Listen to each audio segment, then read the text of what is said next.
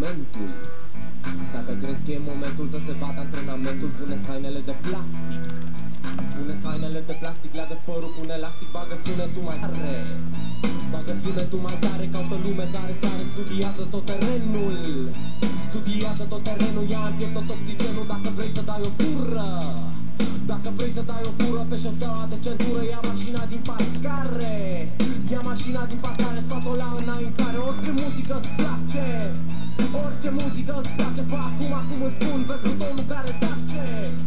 Ia butonul care zace și mai dă-i volum. Discoteca e prea mică, discoteca e prea mică să mai sară în cap. Discoteca e prea mică, discoteca e prea mică să mai sară în cap. Bagă sunetul mai tare dacă vrei să te combini. Bagă scapul în difuzoare, bagă scapul în vecin.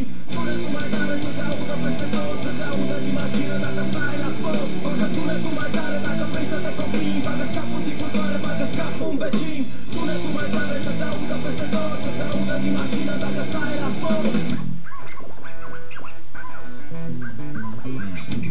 Dacă vrei să schimbi macazul, dacă vrei să schimbi macazul, dacă nu-ți mai place jazzul, bagă sunetul mai tare.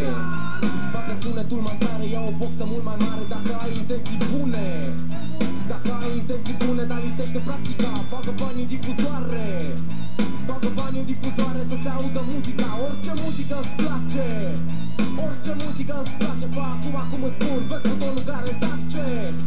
Ia butonul care zace și mai dă-i volum. Discoteca e prea mică, discoteca e prea mică să mai sară în cap. Discoteca e prea mică, discoteca e prea mică să mai sară în cap. Bagă sunetul mai tare dacă vrei să te...